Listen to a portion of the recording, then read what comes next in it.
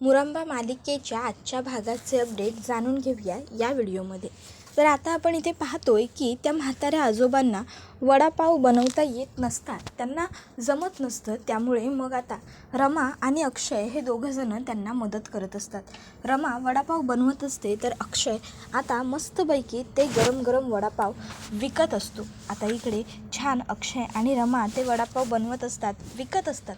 रमा बनवत असते, अक्षय ओरडत असतो, या या वडापाव घ्या, गरमागरम वडापाव घ्या, या या वडापाव घ्या, गरमागरम वडापाव घ्या. आणि हे सगळं काही रमा बघत असते. रमा हे जेव्हा वडापाव बनवत असते तेव्हा तिला त्या दोघांचा भूतकाळ आठवतो. तो म्हणजे एकदा ते लोक जेव्हा त्यांच्या फार्म हाऊसवर जात होते तेव्हा अक्षयला भूक लागली होती. तेव्हा पाऊस पडत होता आणि रमाला हे भजीची गाडी दिसली होती. रमा आली होती भजी घेण्यासाठी, पण तिथे त्या दादांनी सांगितलं की भजी नाही आहेत बनवलेले आणि माझ्या हाताला लागले. त्यावेळी रमाने स्वतः गरमागरम भजी तळायला घेतले, पण अचानक 2-3 गिऱ्हाईक आले. त्यावेळी रमा लगेचच अक्षयला म्हणाली, अहो बघत काय बसलाय, मस्तपैकी भजी बांधून द्या ना त्यांना. त्याबरोबर अक्षय म्हणाला, मी भजी बांधायचे? त्यावर रमा म्हणाली, हो मग, अहो बघा ना, तो काय तिथे कागद आहे आणि हा दोरा, घ्या पटपट आणि बांधा आणि द्या त्यांना. त्यावेळी मग मात्र अक्षयचा नाईलाज झाला, कारण रमाने सांगितलं होतं. मग अक्षयने गरमागरम भजी पॅक करून त्या लोकांना देऊन टाकली. त्यानंतर आता आजही तो तिच्याबरोबर हे असेच भजी वडे लोकांना सर्व करतोय. तर इकडे रमाला पुन्हा आठवतं की तिला अक्षयच्या वाढदिवसानिमित्त अक्षयकरता काहीतरी गिफ्ट घ्यायचं होतं आणि त्यासाठी तिला 1000 रुपये हवे होते आणि ते 1000 रुपये कमवण्यासाठी तिने किती कष्ट केले होते. तिने अगदी शिलाई मशीनवर कपडे शिवले होते, एखाद्याच्या घरात जाऊन भांडी घासले होते, कोणाचे तरी तांदूळ निवडून दिले होते. हे सगळं तिने फक्त आणि फक्त अक्षयच्या वाढदिवसाला अक्षयला काहीतरी गिफ्ट तिला देता यावं ह्यासाठी तिने केलं होतं. आता हे सगळं तिला आज आठवत असतं, पण आता ह्या सगळ्याचा अर्थात काहीही उपयोग होणार नसतो. तर आता पुढे आपण पाहतो की रमाने अक्षयला गादी घेतलेली तिला आठवत असते. मग पुढे जातात ते लोक, पुढे जातात आणखीन, आणि पुढे जात जात त्यांना आणखीन नवनवीन गोष्टी त्यांच्या आयुष्यात घडलेल्या आठवतच असतात. तर आता रमाला आठवतो तो त्यांनी केलेला व्यवसाय, मुरांब्याचा व्यवसाय रमा आणि अक्षयने सुरू केलेला असतो त्यांनी एकत्र असण्याच्या वेळात. आणि आता रमाला त्यांनी सुरू केलेला व्यवसायसुद्धा आठवतो. त्यानंतर मग असेच पुढे पुढे त्यांना आणखीन वेगवेगळ्या गोष्टी आठवत असतात. तर आता सगळे वडापाव संपलेले असतात, सगळं संपलेलं असतं. आणि मग आता रमा आणि अक्षय हे दोघंजणं म्हणतात की आता सगळं संपलं आहे आजोबा, चला आता आम्ही निघतो, रमा चल. त्यावेळी मग रमा आणि अक्षय जात असताना ते आजोबा तिकडे पैसे घेऊन येतात काही, आणि रमा आणि अक्षयला म्हणतात, हे घ्या ताई, हे घ्या दादा पैसे. त्याबरोबर रमा अक्षय दोघंही त्या आजोबांना म्हणतात, अहो नाही हो, तुम्ही आम्हाला पैसे द्यावे यासाठी काही आम्ही तुमची मदत केली नव्हती, आम्हाला हे सगळं करायचं होतं म्हणून खरं तर आम्ही हे सगळं केलं होतं, बास इतकंच. त्यानंतर मग आता एक वडापाव मागायला माणूस येतो. त्यावेळी ते आजोबा सांगतात, वडापाव संपले. त्याबरोबर तो माणूस तिकडनं जातो. अक्षय म्हणतो, अहो होता ना एक वडापाव आजोबा, द्यायचा होतात ना त्यांना. त्यावर ते आजोबा सांगतात की नाही, तो वडापाव तुम्ही खा, एका ताटात जेवल्याने प्रेम वाढतं. त्यावेळी मग आता अक्षय आणि रमाला दोघांनाही ते दोघंजण एका ताटात जेवायचे ते प्रसंग आठवू लागतात. त्यांना आठवतं की ते दोघं तर नेहमीच एकाच ताटात जेवायचे, पण मग तरीही त्यांचं प्रेम वाढण्याऐवजी संपतंय का? तर इकडे आता अक्षय रमाला त्यावेळी म्हणाला होता, वा रमा, खिचडी काय चविष्ट झाली आहे गं, खरंच अगदी उत्तम, एक नंबर. त्यावेळी रमाने अक्षयला सांगितलं की खिचडी चविष्ट झाली आहे कारण ती चुलीवरती बनवली, चुलीवर बनवलेला कुठलाही पदार्थ हा चवीला उत्तमच लागतो. त्यावेळी अक्षय म्हणाला होता, रमा, ही खिचडी चुलीवर केली आहेस म्हणून चविष्ट नाही झालेली, तर ह्या खिचडीत तुझं प्रेम आहे ना, म्हणून ही खिचडी एवढी चविष्ट झाली आहे. त्यानंतर मग ते पुढे येतात. तर आता अक्षय म्हणतो, आजोबा तुम्ही आम्हाला पत्ता पाठवला आहेत ना, त्या पत्त्यावरती आम्ही सामान पोच करतो सायकलीसकट, तुम्ही वा पुढे. मग ते आजोबा पुढे जातात. अक्षय रमाला म्हणतो, रमा जा हे सामान पोचवून ये. त्यावर रमा म्हणते, असं का, आज आपण ठरवलं आहे ना जुन्या आठवणी जगायच्या, तर मग आपण दोघांनीसुद्धा डबल सीट जाऊ शकतो. तुम्ही विसरताय का, याआधी फिरलोय की आपण सायकलवर एकत्र. त्यावेळी मग मात्र अक्षय म्हणतो, ठीक आहे. आणि मग अक्षय आता रमाला समोर बसवतो आणि स्वतः सायकल चालवायला सुरुवात करतो. त्यावेळी जेव्हा ते दोघंजणं फिरायला चालले होते आणि अचानक मध्येच त्यांच्या गाडीचा टायर पंक्चर झाला होता. त्यावेळी अक्षयने रमासाठी सायकल आणली होती आणि मग ते दोघंजणं सायकलने पुढे गेले होते. तो प्रसंग आता दोघांनाही एकत्रच आठवत असतो. त्यानंतर मग पुढे अक्षय तिला म्हणाला होता की रमा, अगं आपला प्रवास नाही थांबला पाहिजे. वाहनाचं काय, वाहन कुठलंही असलं तरी चालतंच. त्यानंतर मग आता ते सामान वगैरे पोच केल्यावर इकडे आता अक्षयला गरगरू लागतं, अक्षयला चक्कर यायला लागते. तर अण्णासाहेबांनी अक्षय आणि रमाचा पाठलाग केलेला असतो. ते दोघं सायकलवरून फिरत असताना आणि त्यांनी शाळेत पिऊनला कॉल करून सांगितलेलं असतं की अक्षय देवधर सर आले की त्यांना सांगा, त्यांना मला भेटायचं आहे, महत्त्वाचं काम आहे. त्याबरोबर पिऊन ठीक आहे साहेब बोलतो. तर आता इकडे अक्षयला गरगरत असल्यामुळे लगेचच ते आजोबा पाणी घेऊन येतात. तर रमा स्वतःच्या पर्समधनं चिक्की काढते आणि अक्षयला म्हणते, ही घ्या चिक्की खा, जरा बरं वाटेल.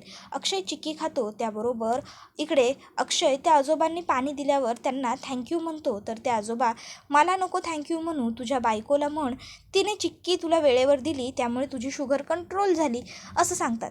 त्यावेळी मग लगेचच आता रमा आणि अक्षयला दोघांनाही आठवतं, जेव्हा त्यांचं नवीन लग्न झालं होतं तेव्हासुद्धा अक्षयला असंच शुगर लो झाल्यासारखं वाटत होतं. त्यावेळी मग अक्षयला काही खायला हवं होतं, पण त्याला तिथे काही मिळेल असं वाटत नव्हतं. रमा म्हणाली, अहो असं कसं नाही मिळणार, तुमच्या खिशात हात घाला. त्यावर अक्षयने त्यांच्या पॅन्टीच्या खिशात हात घातला. रमा म्हणाली, नाही हो, वरच्या खिशात, शेरवानीच्या खिशात हात घाला. अक्षयने त्याच्या शेरवानीच्या खिशात हात घातल्यावर त्याला गूळ सापडला आणि रमाने त्यावेळी त्याला सांगितलं की मी तुमच्या खिशात आईजींना गूळ ठेवण्यासाठी आधीच सांगितलं होतं, कारण तुम्हाला हा त्रास आहे ते मला माहीत होतं ना.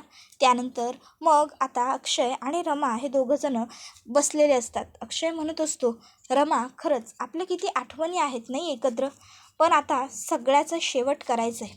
त्याबरोबर आता रमाला समोर काही फुगे उडताना दिसतात. त्याबरोबर रमा लगेचच अक्षयला त्या फुग्यांकडे बघायला लावते. अक्षय ते फुगे बघतो तर रमा म्हणते, बघा आपण ठरवल्याप्रमाणे सगळं घडलं, आपण ठरवल्याप्रमाणे आपल्या नात्याचा शेवट गोड झाला, हो की नाही. त्यावर अक्षय ते फुगे बघतो आणि म्हणतो, हो अगदी बरोबर म्हणालीस तू रमा, आपल्या नात्याचा शेवट आपल्याला हवा होता तसा गोड झाला. पण आता एक शेवटची गोष्ट, जिथून आपली सुरुवात झाली होती तिथे जायचं राहिलं आहे की. त्यावर रमा म्हणते, कुठे. त्यावर अक्षय म्हणतो, राहिलं एका ठिकाणी जायचं. आणि मग अक्षय रमाला घेऊन आता तिकडनं मंदिरात येतो. आता विठोबा रुक्माईच्या दारात ते दोघंजण आलेले असतात. तिथे विठोबा रुक्माईच्या दारात आल्यानंतर अक्षय रमाचा हात हातात घेतो. रमासुद्धा सहज अक्षयच्या हातात स्वतःचा हात देते आणि मग ते दोघंजणं आता देवाच्या दारात वरती येतात. आणि मग आता त्यांना विठोबा रुक्माईच्या समोर उभं राहून सगळं कबूल करायचं असं आता अक्षयने ठरवलेलं असतं.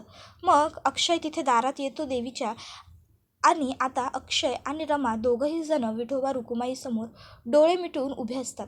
अक्षय मनातल्या मनात म्हणत असतो, देवा रमाचं माझ्यावर खूप प्रेम आहे, ही गोष्ट मला माहिती आहे आणि आता मला जितकं जमेल तितके प्रयत्नसुद्धा केलेत रमाचं मन जिंकण्यासाठी. आता फक्त तुझी परीक्षा. आता काहीही झालं तरी तू रमाचं मन वळव आणि रमाला माझ्याकडे परत घेऊन ये. काहीही कर देवा, पण माझी रमा मला भेटायला हवी. माझी रमा मला भेटावी ह्यासाठी काहीतरी चमत्कार आता तूच घडव. मी रमाला सगळ्या आठवणी वगैरे ताज्या करून दिल्यात. आता तिच्या मनात संभ्रम सुरू आहे की मी करू तर करू काय. आता तूच तिला ह्यातून मोकळं कर. तू तिला ताकद दे, तू तिला बळ दे आणि रमाने सरळ सगळं काही खरं सांगायची तयारी दर्शवू दे. असं आता अक्षय देवाकडे मागणं मागत असतो. तर रमा ही मनात म्हणत असते, अक्षयला सोडणं योग्य आहे का नाही. आणि ती असं म्हटल्याबरोबर आता विठोबाच्या डोक्यावरचं एक फूल खाली पडतं. त्याबरोबर रमा लगेचच ते बघून आश्चर्यचकित होते आणि ती म्हणते, अक्षय मी नाही सोडू शकत तुम्हाला. पण हे ती मनातल्या मनातच म्हणते. त्यानंतर मग आता नमस्कार देवाला करून झाल्याच्या नंतर मग अक्षय स्वतःच्या खिशातनं रमा अक्षयचं मंगळसूत्र काढतो. रमा म्हणते, हे मंगळसूत्र. त्यावर अक्षय म्हणतो, हे ओझं आता मी इथेच देवाच्या चरणावरती अर्पण करून जाणार आहे रमा. आणि मग तो ते मंगळसूत्र तिथे अर्पण करायला वाकत असतो. रमा म्हणत असते, अहो काय करताय तुम्ही हे? पण अक्षय हा मात्र थांबत नाही. अक्षय तिथे देवाच्या चरणावर ते मंगळसूत्र ठेवतो आणि म्हणतो की आतापर्यंत मी हे मंगळसूत्र जपून ठेवलं होतं, पण आता नको, आता बास. आता मी आमच्या नात्याचं सगळं ओझं हलकं करायचं ठरवलं आहे. आता हे मंगळसूत्र इथेच तुझ्या चरणांजवळ राहू दे. त्यावर रमा म्हणते, अच्छा, म्हणजे बघा ना, आता इथे आत येताना आपण नवरा बायको म्हणून आलो, पण आता इथून बाहेर पडताना म्हणून आपण दोन अनोळखी व्यक्ती म्हणून बाहेर पडणार, बरोबर ना? त्यावर अक्षय म्हणतो, हो, दोन अनोळखी व्यक्ती आणि दोन अनोळखी वाटा असतील रमा. त्यावेळी मग मात्र आता रमा ही अक्षयकडे बघतच राहते. अक्षय म्हणतो, आता हेच होईल. त्यावेळी रमा ही अक्षयला म्हणत असते, खरंच. त्यावर अक्षय म्हणतो, हो, आता आपण जसे आत आलो होतो तसेच आता आपल्याला बाहेरही जावं लागेल ना रमा. आता ह्या सगळ्याचा शेवट आपण गोड करायचं ठरवलं होतं, त्याप्रमाणे बघ सगळ्याचा शेवट किती व्यवस्थित आणि किती गोड झाला आहे. आता शांतपणे निघून जायला हवं आपण. आणि मग लगेचच अक्षय हा रमाला म्हणतो, चल रमा, निघूया. त्यावेळी रमा ही अक्षयला म्हणते, हो, निघूया. आणि मग आता देवाकडे बघतच पुन्हा एकदा देवाला नमस्कार करून मग अक्षय आणि रमा हे दोघंही जण तिकडनं निघतात. त्यानंतर मग आता ते दोघंजणं तसेच मागे मागे येतात आणि मग मागे येऊन आता ते मागे वळत असतात. त्यावेळी अचानक खूपच जास्त वारा यायला लागतो. इतका वारा येतो सोसाट्याचा, इतका वारा येतो की बापरे. मग इतका वारा आल्याच्या नंतर आता विठोबाच्या गळ्यातला हार तुटतो आणि खाली रमा अक्षयचं मंगळसूत्र जिथे ठेवलेलं असतं तिथे बाजूला एक करंडा असतो, त्या करंड्यावरती पडतो. त्या करंड्यातलं कुंकू त्या मंगळसूत्रावर पडतं आणि त्या मंगळसूत्रावर कुंकू पडल्याबरोबर गुरुजी समोर बघतात तर रमा आणि अक्षय चालत जाताना दिसतात. मग गुरुजी त्या दोघांना हाक मारतात आणि थांबा असं म्हणतात. रमा अक्षय थांबतात तर गुरुजी ते मंगळसूत्र आणून त्या दोघांना देत म्हणतात, हे घ्या, माऊलींनी स्वतः तुम्हाला आशीर्वाद दिलेला आहे, घ्या. त्यावेळी रमा आणि अक्षय ते मंगळसूत्र आता बघत असतात तर गुरुजी म्हणतात, घे मुली. त्यावेळी रमा लगेचच ते मंगळसूत्र आता हातात घेते. त्यानंतर मग मात्र आता गुरुजी हे त्यांना सांगतात की माऊलींनी स्वतः कुंकवाचा आशीर्वाद दिलाय तुमच्या नात्याला, लक्षात घ्या. त्यावेळी मग मात्र आता रमा अक्षयकडे बघते तर अक्षय हा काहीच बोलत नाही. तो असं काही नसतं या हिशोबाने मान हलवतो आणि तिकडनं निघून जातो. ते मंगळसूत्र मात्र आता यावेळी रमाकडेच राहतं. मग आता दोघंजणं मंदिराच्या बाहेर येतात आणि एकमेकाकडे एकदाही न वळून बघता थेट तिकडनं एकमेकांपासून दूर वेगवेगळ्या दिशेने जाऊ लागतात. त्यानंतर मग हे सगळं काही आता अण्णासाहेब बघत असतात. अण्णासाहेब आता बघतात की अक्षय आणि रमा एकमेकांपासून वेगळे जाताना खुश नाही आहेत. अण्णासाहेब म्हणत असतात की बाप रे, अजूनही या दोन्ही मुलांचा जीव एकमेकातच गुंतला आहे. मग जर अजूनही यांचा दोघांचा जीव एकमेकातच इतका अडकला आहे तर मग हे दोघंजण वेगळे का होत आहेत? देवा, अरे ही सगळी तुझी लीला आहे, मला माहीत आहे, पण हे सगळं कशासाठी? आता ह्या दोघांना मार्गसुद्धा तूच दाखव रे बाबा. ह्या दोघांची या सगळ्यातनंच सुटका कर. ह्या दोघांना लवकर मार्ग सापडू दे, यांचा सगळं व्यवस्थित होऊ दे, अशी प्रार्थना आता इकडे अण्णासुद्धा देवाकडे म्हणजेच विठोबा रुक्माईकडे करत असतात. त्यानंतर मग आता अण्णा यांना प्रश्न पडतो की अक्षय आणि रमा यांचं एकमेकांवर खरंच केवढं प्रेम आहे. त्याबरोबर मग आता लगेचच इकडे अण्णा हे सुद्धा तिकडनं घरी जायला निघालेले असतात. तर आता रस्त्यात जाताना सुद्धा अण्णांच्या मनात एकच विचार असतो, तो म्हणजे रमा आणि अक्षयचा. रमा आणि अक्षयचं काय करायचं हे त्यांना कळतच नसतं. म्हणजे रमाचं अक्षयवर खरोखर किती प्रेम आहे हे त्यांना दिसत असतं. त्याबरोबर दुसऱ्या बाजूला रमासुद्धा आता घरी चाललेली असते आणि घरी जात असताना तिला आता सगळीकडे फक्त अक्षयच दिसत असतो. तिला फक्त अक्षयची आठवण येत असते. तिला अक्षयबरोबर आज घालवलेला एक एक क्षण एक एक प्रसंग आठवत असतो आणि तेव्हा तेव्हा ती त्या मंगळसूत्राकडे पाहत असते. सगळ्यात अगोदर त्यांची पहिली भेट आज जी नव्याने झाली ती रमाला आठवते. त्यानंतर त्या दोघांनी त्या चप्पलवाल्याच्या इथे बसून वेळ घालवला तो तिला आठवतो आणि मग वडापाववाल्या आजोबांची त्यांनी मदत केली तो तिला आठवतं. आणि मग त्या वडापाववाल्या आजोबांनी सांगितलं, आता हा शेवटचा वडापाव राहिला आहे, तो तुम्ही दोघांनी वाटून खा. वाटून खाल्ल्याने प्रेम वाढतं, एका ताटात जेवल्याने प्रेम वाढतं. त्यानंतर मग आता रमाला आठवतं की ते दोघंजणं डबल सीट बसले आणि त्या आजोबांचं सगळं सामान पोच केलं.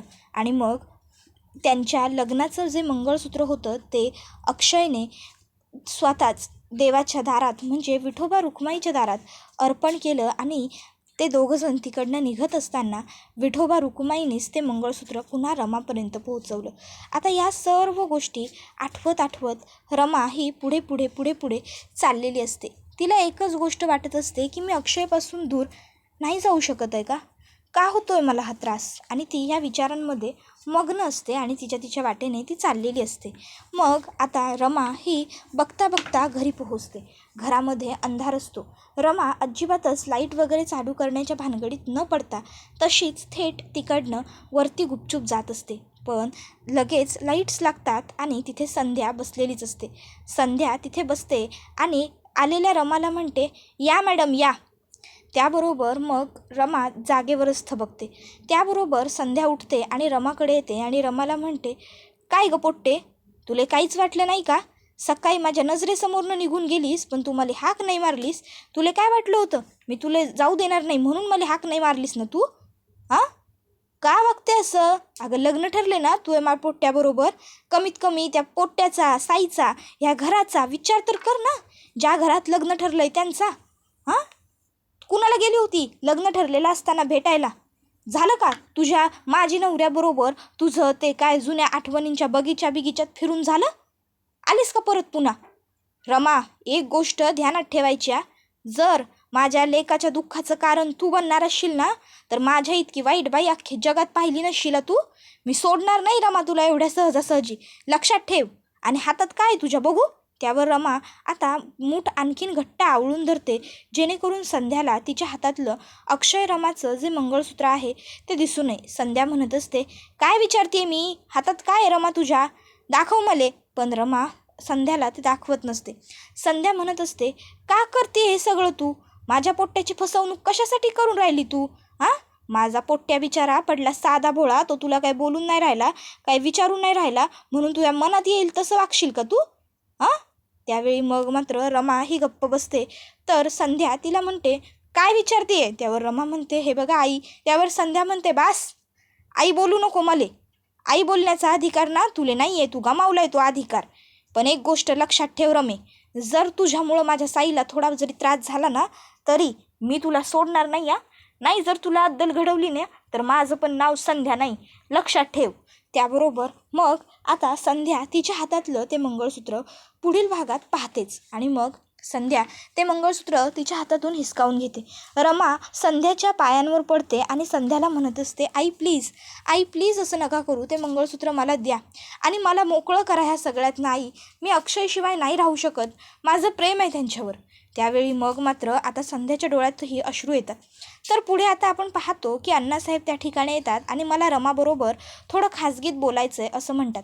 संध्या म्हणते, होऊन जाऊ दे ना, आता माझ्यासमोर जे काही असेल ते, काय फरक पडतो कुठे? त्यावर अण्णासाहेब म्हणतात, मी म्हटलं मला माझ्या लेकीबरोबर खाजगीत बोलायचं आहे. त्याबरोबर मग मात्र आता अण्णासाहेब संध्याला तिकडनं जायला लावत असतात. त्याबरोबर संध्या ही अण्णासाहेबांनी असं म्हटल्यावर काही बोलत नाही, गप्प राहते आणि हा व्हिडिओ इथेच संपतो. व्हिडिओ आवडला असेल तर व्हिडिओला लाईक करा, चॅनलवर नवीन असाल तर चॅनलला सबस्क्राईब करा आणि बेल आयकॉन आठवणीने प्रेस करा जेणेकरून तुम्हाला पुढच्या प्रत्येक व्हिडिओचं नोटिफिकेशन मिळत जाईल आणि सर्व व्हिडिओंचा आनंद हा अगदी उत्तम पद्धतीने घेता येईल. तर दुसऱ्या बाजूला आपण पाहतो की स्वरा विचारते, काका मग आपण करायचं काय? तर शशिकांत मुकादम म्हणतात, तुमचं लग्न. आता आपल्याला असंच काहीतरी करावं लागणार की ज्यामुळे रमा थेट ह्या दाराच्या उंबरठ्यावरती बॅग घेऊनच परत आली पाहिजे, समजलं? त्याबरोबर हा व्हिडिओ आता इथेच संपतो. धन्यवाद.